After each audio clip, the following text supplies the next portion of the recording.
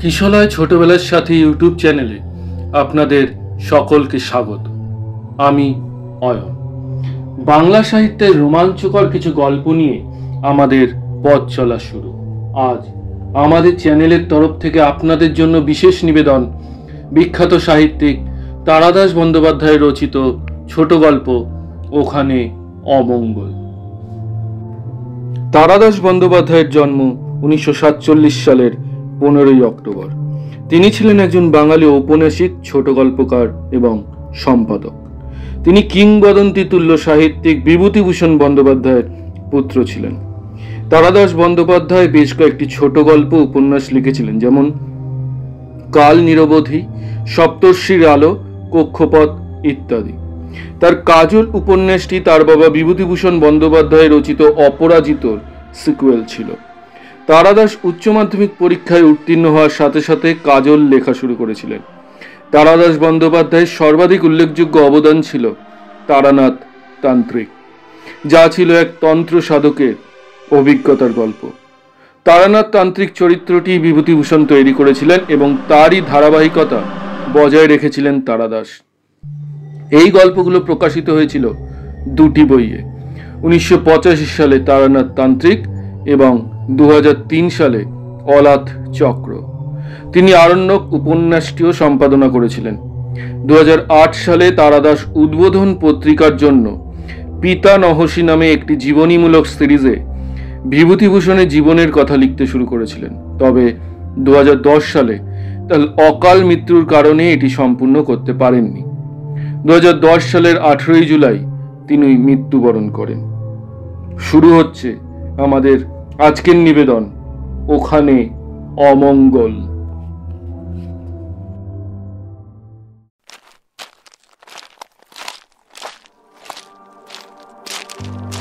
বাড়িটা দেখে প্রথমেই আমার বুকের ভেতর ভয়ের শব্দ বেজে উঠেছিল। দুটো পাথুরের ঢিবি দুদিক থেকে এসে যেখানে শেষ হয়েছে, সেখানেই হাড়গোড় ভাঙা প্রাণীর মতো বাড়িটা পড়ে আছে। রেলগাড়ি থেকে যখন নামি তখনই বেলা গিয়েছে। এদিকে আমি একেবারেই নতুন, আগে আসিনি কখনো। কোথায় যাব, কোথায় থাকবো কিছুই ঠিক নেই। লোকজনের সঙ্গে পরিচয় করে একটা আস্তানা খুঁজে নিতে হবে 3-4 দিনের জন্য। কাজেই স্টেশনের পাশে কয়েকটা ভাঙাচোরা রিক্সা দেখতে পেলেও হেঁটে আসাই সমীচীন বলে মনে করেছি। স্টেশন থেকে বেরিয়ে এদিক ওদিক ঘুরে দেখতে দেখতে শহর ফুরিয়ে গিয়ে আবার ঢেউ খেলানো লাল মাটির মাঠে পড়লাম। সেই মাঠেই পড়ন্ত আলোয় ধ্বংসস্তূপটা নজরে এলো। বিরাট বড় বাড়ি, কিন্তু প্রায় সবটাই ধূলিসাৎ হয়ে গেছে। অর্ধেকটা কোনো রকমে এখনো মাথা তুলে রয়েছে বটে, তবে দেখে আর বেশি দিন থাকবে বলে ভরসা হয় না। বিহার ও মধ্যপ্রদেশের সীমানায় ছোট্ট দেহাতি শহর, অর্থাৎ কিছুটা দেহাতি এবং কিছুটা শহর। এখানে এত বড় বাড়ি কারা কৃষকে করেছিলেন বোঝা মুশকিল। বিষণ্ণতা ও মানুষের সাময়িক দম্ভের প্রতি মহাকালের উৎকট ব্যঙ্গের প্রতিমূর্তির মতো বাড়িটা পড়ে আছে। কিন্তু এসব দেখে আমি ভয় পাইনি। ভাঙা ও পোড়ো বাড়ি তো জীবনে আরো কতই দেখেছি, তবু এটা যেন সবার থেকে আলাদা। তাকালে অকারণেই বুকের ভেতরে শিরশির করে ওঠে, যেন ওখানে অমঙ্গল, যেন ওখানে কি একটা হবে। আমি যে কোম্পানিতে চাকরি করি, তারা মানুষের প্রয়োজনীয় নানা রকম ভোগ্যপণ্য তৈরি করে থাকে। আমার কাজ হলো দেশের বিভিন্ন জায়গায় ঘুরে ঘুরে ক্রেতাদের রুচি কি সেটি লক্ষ্য করে বেড়ানো। এবার আমাকে বিহার সার্কেলে পাঠানো হয়েছে এখানকার মফস্বলের ক্রেতারা কি কি শৌখিন জিনিস পছন্দ করে তাই দেখবার জন্য। আজ ট্রেন থেকে এখানে নামবার কথা নয়, পরের জংশন স্টেশন পর্যন্ত টিকিট করা ছিল, কিন্তু ভাগ্য মানুষকে বোধহয় অমোঘ আকর্ষণে তার অবশ্যম্ভাবী পরিণতির দিকে টেনে নিয়ে যায়। ট্রেন এখানে যখন থামলো, বাইরের প্রান্তরের দিকে তাকিয়ে শেষবেলার মন খারাপ করে দেওয়া রোদ্দুরে কিসের হাতছানি রেখেছিলাম জানি না, কিন্তু সুটকেসটা নিয়ে তক্ষুনি নির্জন প্ল্যাটফর্মের লাল কাকড়ে লাফিয়ে পড়লাম। যদি না নামতাম, যদি চলেই যেতাম 50 মাইল দূরের জংশনে, তাহলে হয়তো আজ এ কাহিনী বলার কোনো প্রয়োজনই হতো না। কিন্তু নিয়তি কেন বাধ্যতে আমি নামলাম। শহর ফুরিয়ে গিয়েছে দেখে ওই পোড়ো বাড়িটার কাছ থেকে আবার ফিরলাম। আচ্ছা, এখানকার লোকেরা সব মরে গেছে নাকি? রাস্তায় বিশেষ লোক নেই, বিকেল হয়েছে অথচ কেউ বেড়াতে বের হয়নি, বাচ্চারা রাস্তায় খেলছে না, যা কিনা বিহারের মফস্বলে একটি অধিসাধারণ দৃশ্য। শহরটা যেন কেমন থমকে গেছে, ঘনবসতিও নেই, ছাড়া ছাড়া বাড়িগুলোতে কি উনুনে আজ দেয়নি? কোনো বাড়ির মাথায় ধোয়া দেখছি না। এরা কি রাত্রির রান্না সবাই ও বেলায় করে রাখে? ব্যাপারটা কি? যেন এক নিদ্রিত পুরীর ভেতর দিয়ে হাঁটছে কোনো অজ্ঞাত গন্তব্যের দিকে। বেশি দূর যাবার আগেই ডান দিকে একটা দোতলা বাড়ি, বিহারি ছাঁচে। জানলা দরজার বিশেষ বালাই নেই, একখানা দেওয়াল যেন কে তুলে রেখেছে রাস্তার পাশে। তবে বিত্তবান লোকের বাড়ি নিঃসন্দেহে, কারণ এই অঞ্চলে দোতলা বাড়ি করবার মতো মানুষ খুবই কম। বাড়ির সামনে কি একজন চারপাই পেতে তার উপর বসে আছে মাথা নিচু করে, ঝিমোচ্ছে বোধহয়। এই শহরের ঘুমন্ত মেজাজের মতোই দেখাচ্ছে ওকে। এই কি একটা ঘুমোবার সময়? বিশাল বলির দেব মতো স্বাস্থ্য সামনে ঝুঁকে আছে, কাদের পেশিগুলো ফুলে আছে মোটা দড়ির মতো।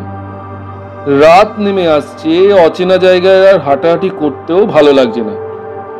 হুট করে এখানে নিয়ে পড়ার জন্য এখন মনে একটু অনুতাপই হচ্ছে। এগিয়ে গিয়ে ডাকলাম, ভাই সাহেব।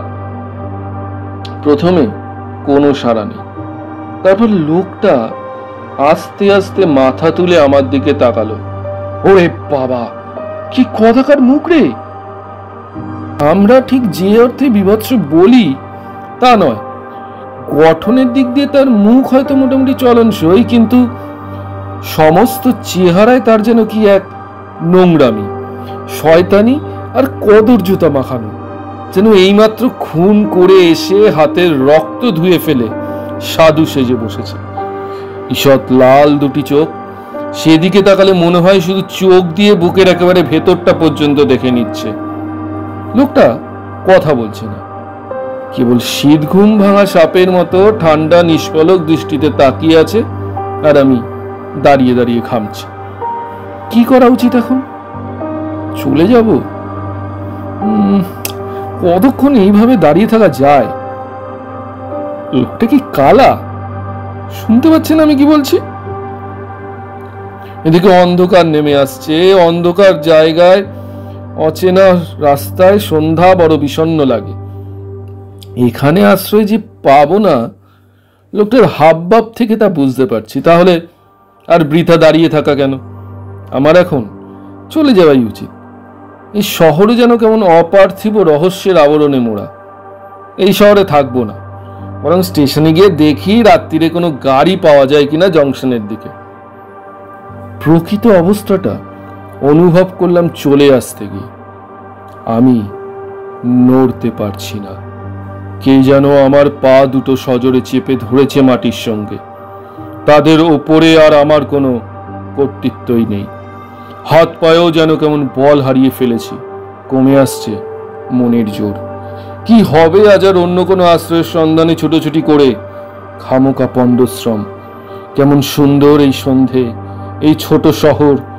কথা বলছে না বলেই কি ও খারাপ লোক? হয়তো বেচারি কানে শুনতে পায় না। মিছিমিছি ভয় পাচ্ছি আমি। এইরকম ভাবছি, সেই সময় লোকটা কথা বলে উঠল। জি। তাহলে ও কালা নয়, শুনতে পায়, কথাও বলতে পারে। তাহলে চুপ করেছিল কেন? বললাম, আমি বিদেশি, আজকের রাতটা এখানে থাকতে পাবো কি? আপাদমস্তক আমাকে একবার দেখে নিয়ে ঠোঁট চাটলো লোকটা লোভী জন্তুর মতন। তারপর চারপাই ছেড়ে উঠে বলল, जरूर आइए, অতএব ষাঁড়ের মতো চেহারার ভিতর থেকে মিহি খুনখুনে আওয়াজ বেরোচ্ছে। চোখ বুজে শুনলে মনে হবে 12 বছরের ছেলের গলা। শুনলেই কেমন যেন গা ঘিন ঘিন করে ওঠে। ঠোঁট চাটলো কেন লোকটা? রাত্রিরে খেটে খাবে নাকি আমাকে? সে বলল, আমার নাম সুরজ প্রসাদ। বাবা, বেশ নাম। আপনি কথা বলছিলেন না কেন? আপনাকে দেখছিলাম। আমাকে? আমার মধ্যে দেখার কি আছে? আছে আছে, মানুষকে দেখতে বড্ড ভালো, তাই দেখি। বলে কি লোকটা? পাগল টাগল নয় তো? এতক্ষণ চোখ দিয়ে দেখছে, এরপরে না কামড়ে চেখে দেখতে চায়। না, এ ভালো জায়গা নয়, আমি এখানে থাকবো না। সুরজ প্রসাদ আমাকে নিয়ে যাবে বলে বাড়িতে ঢোকবার পথে পা বাড়িয়েছিল। থেমে পড়ে বললাম, আমি যাব না। অবাক হয়ে সে বলল, কাহে? না না না, আমি চলে যাব, আমার একটা জরুরি কাজের কথা মনে পড়ে গেছে। সাপের মতো হিস হিস শব্দ করে হাসতে লাগলো সে। বলল, ডরিয়ে গেলেন? ডরবার কিচ্ছু নাই। পৌরুষে আঘাত লাগলো। বললাম, ডরাবার কি আছে? সেসব কিছু না। আচ্ছা ঠিক আছে, আমি থাকবো। বলুন কোথায় যেতে হবে? হায়, তখনও যদি ফিরতাম, বোকার মতো আত্মাভিমানের ঝোঁকে গোয়ার তুমি না করতাম। কিন্তু ওই যে কথায় রয়েছে, নিয়তি কেন বাধ্যতে। নিয়তি টানলো আমাকে। নির্জন বাড়ির সরু অন্ধকার সিঁড়ি দিয়ে আমাকে দোতলায় নিয়ে এলে সুরজ প্রসাদ। একদিকে টানা বারান্দা, তার ধারেই সারি সারি 7-8খানা ঘর। কেউ আলো জ্বালেনি, সাজের প্রদীপ দেখায়নি। বাড়িতে মেয়েরাও কেউ নেই বলেই মনে হচ্ছে। আমরা ওপরে এলাম, কিন্তু সচকিত হয়ে কেউ সরে গেল না দরজার পাশে। বেজে উঠল না কোনো হাতের চুড়ির সলজ্জ রিনঝিন শব্দ। কোথাও কিছু নেই, কেবল বাড়ির আনাচে কানাচে ঘনিয়ে আসছে মৃত্যুময় তামসী রাত্রির ছায়া। আচমকাই যেন আশ্চর্য একটা দম বন্ধ করা অনুভূতি গলার কাছে চেপে ধরল। সম্ভব হলে তরতর করে সিঁড়ি দিয়ে নেমে দৌড় দিতাম, কিন্তু পৌরুষের প্রশ্ন। বারান্দার একেবারে অপর প্রান্তের ঘরটার সামনে দাঁড়িয়ে শেকল নামিয়ে দরজা খুলল সুরজ প্রসাদ। বলল, চলুন ভিতরে। ভেতরে ভয়াবহ অন্ধকার। বললাম, আলো জ্বালেননি কেন? আপনার পরিবারের অন্যরাই বা কোথায়? আবার সেই অমানসিক শব্দহীন হাসি হাসল সুরজ প্রসাদ। ভক্তি দে রহা হো। তা তো দেবেন, কিন্তু আপনার বাড়ির লোক? आएगा कहाँ से? शादी नहीं किया, बाल बच्चा नहीं है। অত্যন্ত যুক্তিসম্মত কথা। বিয়ে না হলে বাচ্চা আসবে কোথা থেকে? জিজ্ঞাসা করলাম, একদম একা থাকেন? খারাপ লাগে না? मुझे आदत हो गया है, चलिए अंदर। ঘরে ঢুকে হাতড়ে হাতড়ে একটা মোমবাতি বের করে জ্বালালো সে। ম্লান হলুদ আলোয় ফুটে উঠল একটা বাজে ছুতরের তৈরি জগদ্দল পাথরের মতো ভারী খাট, তার উপরে ময়লা বিছানা, মোটা মোটা পায়ায় ওয়ালা একখানা টেবিল, একদিকে আলনা। ব্যাস, আর কিচ্ছু নেই ঘরে। ভেতরে পাক খাচ্ছে শুধু একটা ভ্যাপসা সোদা গন্ধ। বহুদিন বন্ধ থাকার পরে কোনো ঘর খুললে যেমন গন্ধ পাওয়া যায়। টেবিলের উপর মোম গলিয়ে ফেলে বাতি আটকাবার চেষ্টা করছে সুরজ প্রসাদ। বললাম, শহর ছাড়িয়ে টিলার ধারে একটা বড় ভাঙা বাড়ি দেখলাম। ওরকম জায়গায় অত বড় বাড়ি কার? আমার। আপনার? তা ভাঙা পড়ে আছে কেন? ও আমার পূর্বপুরুষের বাড়ি, ঠাকুরদা বানিয়েছিলেন। এখন কেউ থাকে না, তাই ভেঙে পড়ে আছে। থাকে না কেন? কে থাকবে? মানুষ তো আমি একা। অত বড় বাড়িতে আমার কোনো দরকার নেই যে আবার তা সারিয়ে নেব। তাছাড়া ও বাড়ির সবটা আপনি ঠিক বুঝতে পারেননি। বিরাট বাড়ি ওটা, উপর সে মালুম পাওয়া যায় না माटिर नीचे भी बहुत कमरा आछे। মাটির নিচে ঘর দিয়ে কি হতো? भगवान मालूम। पुराना जमाने में लोके सखी एरकम छिलो। बाड़ीर उपरटा भेंगे गेलेও মাটির নিচে ঘরগুলো ঠিকই আছে। তবে তা দিয়ে আর কার কি কাম হবে? আমাকে বিশ্রাম করতে বলে সুরজ প্রসাদ চলে গেল। সে বিদায় নিতেই কিছুটা স্বস্তি ফিরে এলো মনে। জামা কাপড় বদলে নোংরা বিছানার চাদরটা সরিয়ে তোষকের ওপরেই একটু গা এলে দিতে যাচ্ছি, হঠাৎ কানে এলো একটা আওয়াজ। কিচকিচ করে কি একটা জন্তু যেন কোথায় ডাকছে। মনে হলো পাশের ঘর থেকে আসছে শব্দটা। গৃহস্বামী অনুমতি না নিয়ে বাড়ির মধ্যে চলাফেরা করা ঠিক নয়, কিন্তু শব্দটার উৎস জানবার জন্য মনে ভয়ানক কৌতূহল জাগলো। টেবিল থেকে মোমটা তুলে নিয়ে পাশের ঘরের দরজার সামনে এসে দাঁড়ালাম। হ্যাঁ, নিঃসন্দেহে এই ঘরের ভেতর থেকে আসছে শব্দটা। এক মুহূর্ত ইতস্তত করে শেকল নামিয়ে দরজা খুললাম। ভেবেছিলাম না জানি কি জিনিসই চোখে পড়বে, কিন্তু ও হরি, এ যে দেখি একটা গলায় চেন বাঁধা বাদর বসে ফল খাচ্ছে আর ওই রকম আওয়াজ করছে। একা মানুষ সুরজ প্রসাদ, তার মধ্যে অবিবাহিত, সঙ্গী হিসাবে এইটাকেই পুষেছে আর কি। শেকল তুলে দিয়ে ঘরে ফিরে এলাম। সময় যায় রাত 10টা। এই সময় এসে খেতে ডাকলো সুরজ প্রসাদ। একতলার বারান্দায় মোটা দুখানা আসন বিছিয়ে খাবার জায়গা হয়েছে। না, আতিথ্য ভালো লোকটার। হাতে গড়া মোটা মোটা আটার রুটি, ঝিঙের তরকারি, আলুর ভাজি আর খাঁটি দুধের ঘন ক্ষীর। পরিতৃপ্তি করে খেতে খেতে জিজ্ঞাসা করলাম, কাউকে তো দেখছি না কাজের লোকটোক, এই রান্না কে করলো? আমি নিজেই করেছি, লোক কি দরকার?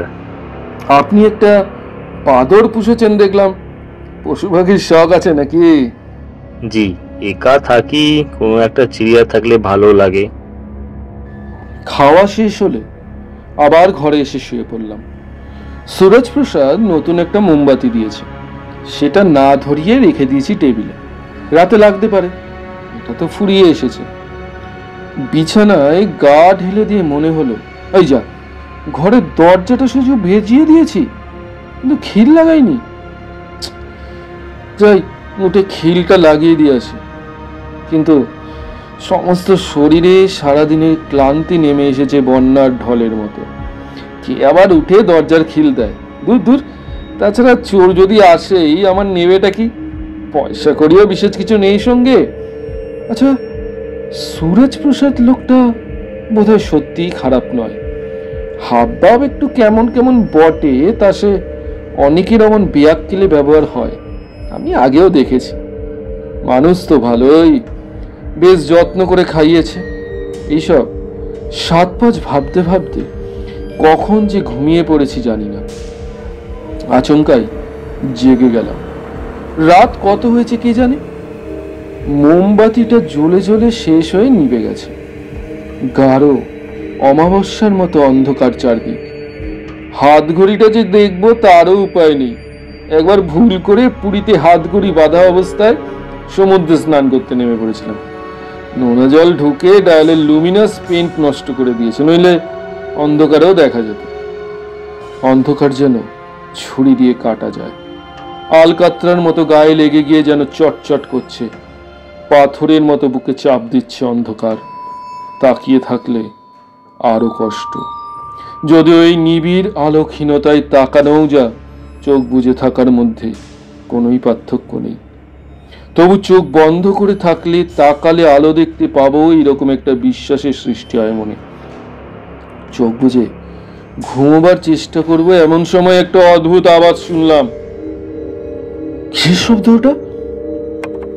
প্রথমে বুঝতে পারলাম না, তারপরে একটা সম্ভাবনার কথা মনে হতেই বুক হিম হয়ে এলো।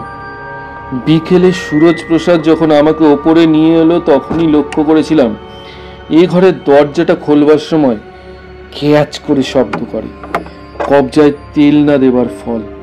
তাহলে এই অন্ধকারে আমাকে ঘুমন্ত ভেবে কেউ কি দরজা ঠেলে ভেতরে আসবার চেষ্টা করছে?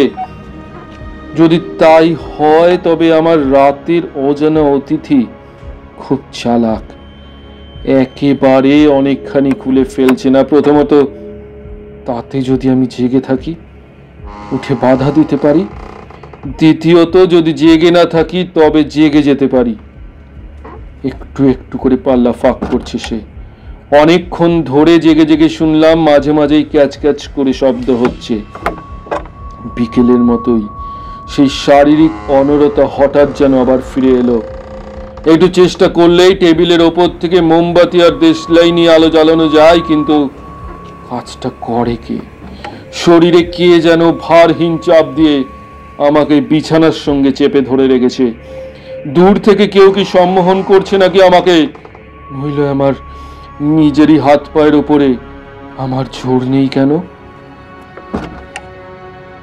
শব্দটা আর হচ্ছে না, তার মানে দরজাটা সম্পূর্ণ খুলে গিয়েছে, এবং যে খুলেছিল সম্ভবত সে এখন ঘরের ভেতর এসে দাঁড়িয়েছে। কি ভয়াবহ অনুভূতি! আমি চিত হয়ে দুহাত দিয়ে দুপাশে বিছানা আঁকড়ে ধরে অন্ধকারেই চোখ মেলে শুয়ে রয়েছি, আর ঘরের মধ্যে এক অজানা এবং অদেখা উপস্থিতি। যে এসেছে সে কি করছে এতক্ষণ? আক্রমণ করার হলে তো করতে পারে, আমি সম্পূর্ণ নিরস্ত্র, বাধা দেবার ক্ষমতা নেই। হঠাৎ মনের মধ্যে একটা বোধ জেগে উঠল। কেন জাগলো তা আমি বলতে পারি না। মনে হলো যে এসেছে সেই অন্ধকারেও আমাকে দেখতে পাচ্ছে। আমি তাকে দেখতে পাচ্ছি না বটে, কিন্তু সে তার তীক্ষ্ণ দৃষ্টির অস্ত্রে আমার শরীরকে ব্যবচ্ছেদ করে ভেতরের যন্ত্রপাতি অবধি দেখে নিচ্ছে। আমি যেন বেঁচে নেই, আমি যেন মৌলিক উপাদানে বিভক্ত হয়ে পঞ্চভূতে বিলীন হয়ে গিয়েছি কবেই। কেবল আমার চেতনাটা শুয়ে আছে অজানা এক শহরে, অজানা মানুষের অজানা বিছানায়, আর শূন্য পথে অন্ধকারের মধ্যে দিয়ে ছুটে আসছে সহস্র অমঙ্গলপূর্ণ দৃষ্টির ছুঁচ। কে এসেছে ঘরে? কে? এবার খুব অস্পষ্ট হলেও নির্ভুলভাবে শুনতে পেলাম নিঃশ্বাস প্রশ্বাসের শব্দ। বড় হাড়ির মধ্যে মাথা ঢুকিয়ে জোরে জোরে নিঃশ্বাস নিলে নিজের কানে যেমন শোনা যায়, তেমনি। তাহলে ভ্রম নয়, মায়া নয়, আমার ভীতিকাতর মনের ভ্রান্ত প্রত্যক্ষণ নয়, সত্যি কেউ এসেছে ঘরে। ওই শব্দই তার অমোঘ প্রমাণ। যেন মানুষ নয়, বিশাল দেহ কোনো জন্তুর শ্বাস টানার আওয়াজ। শব্দটার মধ্যে কেমন একটা পাশবিকতা লুকিয়ে আছে। বোঝানো যায় না, কিন্তু বোঝা যায়। অন্তহীন অন্ধকারের ভেতর সঙ্গীহারা আমি ক্রমেই হাঁপিয়ে উঠছি। এ কি মর্মান্তিক অস্বস্তি! আমি তাকে দেখতে পাচ্ছি না, অথচ সে আমার অন্তরের অন্তঃস্থল পর্যন্ত দেখে নিচ্ছে। এমন সময় হঠাৎ ঘরের এক কোণে টিপ টিপ করে একটা ছোট্ট নীল আলোর বিন্দু জ্বলে উঠল। জ্বলছে, নিভছে। নতুনতর কোনো বিভীষিকা ভেবে আমার হৃৎপিণ্ড প্রথমে লাফিয়ে গলার কাছে উঠে এসেছিল। তারপরেই চিনতে পারলাম জিনিসটাকে। একটা জোনাকি! হে ঈশ্বর, সামান্য একটা জোনাকি কি আশারই না সঞ্চার করলো আমার মনে। হোক না তুচ্ছ পতঙ্গ, তবু এই মুহূর্তেও জীবিত প্রাণীদের জগৎ থেকে আমার কাছে একমাত্র প্রতিনিধি। প্রাণপণে চোখ ঠিকরে জোনাকিটার দিকে চেয়ে রইলাম।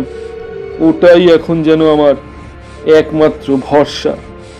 উড়তে উড়তে বাদিক থেকে ডান দিকে যাচ্ছে পোকাটা, টিপ টিপ করে জ্বলছে মৃদু ও স্নিগ্ধ নীল আলো। আমি চোখ রেখেছি ওর উপর। হঠাৎ ঘটল একটা আশ্চর্য ঘটনা। বাদিকে সরে আসতে আসতে জোনাকির আলোটা হঠাৎই অদৃশ্য হয়ে গেল। আমি অবাক হয়ে তাকিয়ে আছি। 4 কি 5 সেকেন্ড হবে বোধহয়। আরো খানিকটা বাদিকে আবার জ্বলে উঠল জোনাকির আলোকিত পুচ্ছ। মানে মাঝখানে তার গতিপথের কিছুটা আমি দেখতে পাইনি। কেন? এর দুটো কারণ হতে পারে। এক, জোনাকির আলো মাঝে মাঝে সামান্য সময়ের জন্য নিভে যায়, তারপর ফের টিপ টিপ করে জ্বলতে নিভতে থাকে। এটা সেরকম কিছু হতে পারে, আর নয়তো নয়তো ওই জায়গাতেই সে দাঁড়িয়ে আছে যাকে আমি দেখতে পাচ্ছি না। তার আড়াল দিয়ে যাবার সময় জোনাকিটা অদৃশ্য হয়ে গিয়েছিল। যাক, যদি দ্বিতীয়টাও সত্যি হয় তবু একটা সান্ত্বনা পাচ্ছি যে সে অলৌকিক বা অপার্থিব কিছু নয়, তার বাস্তব কারণ আছে। জোর করে মনকে ব্যাপৃত করলাম অন্য চিন্তায়। অবস্থার উপরে কর্তৃত্ব করতে হবে আমাকে, তাছাড়া কোনো পন্থা নেই। যেই ঘরে এসে থাকুক না কেন, এতক্ষণ যখন আমাকে আক্রমণ করেনি তখন ধরেই নেওয়া যেতে পারে আমার কোনো ক্ষতি করবার ইচ্ছে অন্তত এই এক্ষুনি তার নেই। দাঁতে দাঁত চেপে মনে মনে রবীন্দ্রনাথের কি একটা কবিতা আবৃত্তি করে গেলাম। জীবনের সবচেয়ে মজার দিনগুলো মনে করবার চেষ্টা করতে লাগলাম। এদিকে সমস্ত শরীর ঘামে ভেসে যাচ্ছে। কখন ঘরের মধ্যে থেমে গিয়েছে সেই পাশবিক নিঃশ্বাসের শব্দ, মনের ওপর থেকে নেমে গিয়েছে পাথরের গুরুভার। ষষ্ঠেন্দ্রিয় দিয়ে অনুভব করেছি ঘরে সে আর নেই। আপাতত আমি বিপন্মুক্ত। সমস্ত দেহে মনে মুক্তির নির্মল নিঃশ্বাস। শুধু শুয়ে শুয়েই একজন মানুষ এত ক্লান্ত হয়ে পড়তে পারে তা কে জানতো। আস্তে আস্তে আমার চেতনা ঢলে পড়ল নিদ্রার করে। কখন সকাল হয়েছে, কখন দেখি সুরজ প্রসাদ এসে ডাকছে আমার বিছানার পাশে দাঁড়িয়ে। बाबूजी उठिए, चाय नहीं पियेंगे? ঘুম ভেঙে মনে পড়ে গত রাত্রের অমানুষ্য অভিজ্ঞতার কথা, কিন্তু এখন সকালের আলোয় ভয়ের একটা টুকরোও পড়ে নেই কোথাও। কেবল সুরজ প্রসাদের দুই চোখে যেন কি শয়তানি হাসি, অথবা হয়তো আমার মনের ভুল। যাক, আমার তাতে কি, আমি এখনই জামা কাপড় পুড়ে সুটকেস নিয়ে বেরিয়ে পড়ব। ট্রেন ধরে 2 ঘন্টার মধ্যে চলে যাব পরের বড় শহরে। সপ্তাহখানেকের মধ্যেই কলকাতায়। সিনেমা, হোটেল, বন্ধু বান্ধব কোথায় তখন থাকবে গতকাল রাত্রির স্মৃতি? হাসুক গে সুরজ প্রসাদ। ও নিজেই চা এনেছিল বড় কাচের গ্লাসে। চা খেয়ে শার্ট পরছি। সুরজ প্রসাদ বলল, এখনই যাচ্ছেন নাকি? হ্যাঁ, সকালে কোনো ট্রেন নেই। আছে, কিন্তু আমি ভাবছিলাম যাওয়ার আগে আপনাকে আমার আদি বাড়ির ভেতরটা একবার ঘুরিয়ে দেখাবো। কোনো জিনিস দেখতে ভালো লাগে না আপনার? যাবেন? লোভ হলো। যে যুগ চিরদিনের জন্য চলে গিয়েছে আর ফিরে আসবে না, তার ফেলে যাওয়া নিদর্শন দেখতে বড় ভালো লাগে। কলেজে পড়বার সময় বন্ধুরা মিলে কত ঘুরেছি গৌড়, শুশুনিয়া, চন্দ্রকেতুগড়ে। একবার গেলে মন্দ হয় না। এই দিনের আলোয় সুরজ প্রসাদ আমার কি বা করবে? ওর স্বাস্থ্য অবশ্য খুবই ভালো, তবে আমিও কিন্তু নিতান্ত দুর্বল নই।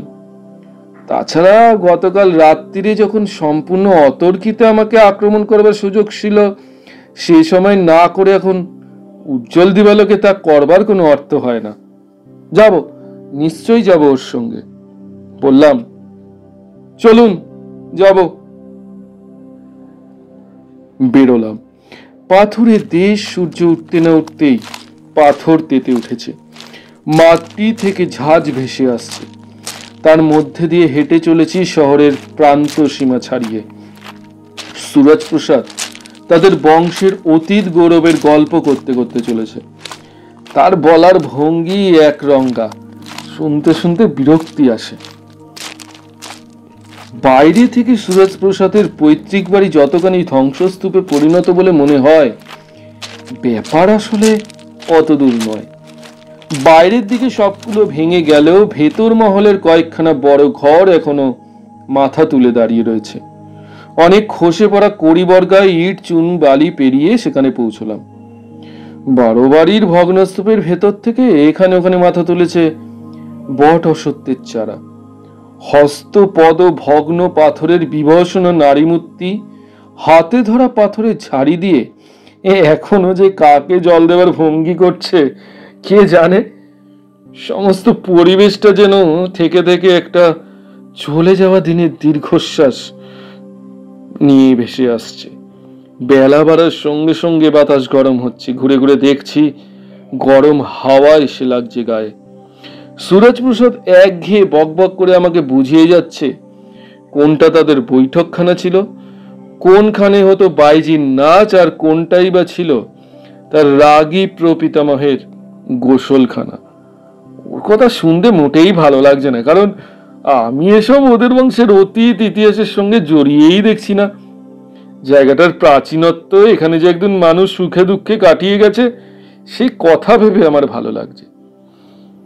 ও, ট্রেন ধরতে হবে, ফিরবো ফিরবো করছি এমন সময় সুরজপ্রসাদ বলল, চলুন এবার আপনাকে মাটির নিচের ঘরগুলো দেখাই। সেখানে কি? কিছু না, এখানে ছিল আমাদের তোষাখানা, একবার দেখে যাবেন না? চলুন।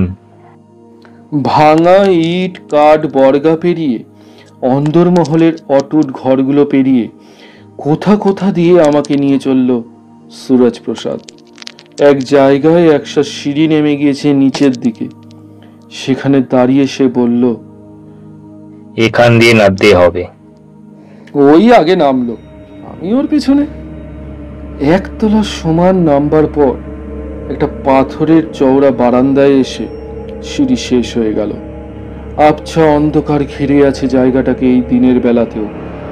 চোখে অন্ধকার সয়ে গেলে তাকিয়ে দেখলাম এটা বারান্দা নয়, এটা পাথরের গোল চাতাল, চারদিকে খুপড়ির মতো অনেক ঘর, মোটা মোটা গড়াত দিয়ে তৈরি তাদের দরজা। ঘরগুলোর ভেতরে নিবিড় অন্ধকার। সুরজপ্রসাদ বলল, এই হচ্ছে তোষাখানা। ওই সব ঘরেই থাকতো মোহরের কলসি, টাকার থলে, আরো কত কিছু। এসব 100-150 বছর আগেকার কথা, আজ আর তার কিচ্ছু অবশিষ্ট নেই। দেখেন কখনো তোষাখানার ভেতর দেখতে কেমন হয়? না তো। যান তাহলে একটা ঢুকুন। ভেতরে বড় অন্ধকার। সুটকেসের টর্চ ছিল, বের করে হাতে নিলাম, তারপর ঢুকে পড়লাম একটা কুঠুরিতে। পেছনে ঝনাত করে লোহার দরজা বন্ধ হবার শব্দ, তালা বন্ধ করার শব্দ। 1 সেকেন্ড লাগলো প্রকৃত অবস্থা বুঝতে। পাক খেয়ে ফিরে এসে আছড়ে পড়লাম লোহার গড়াদের ওপরে।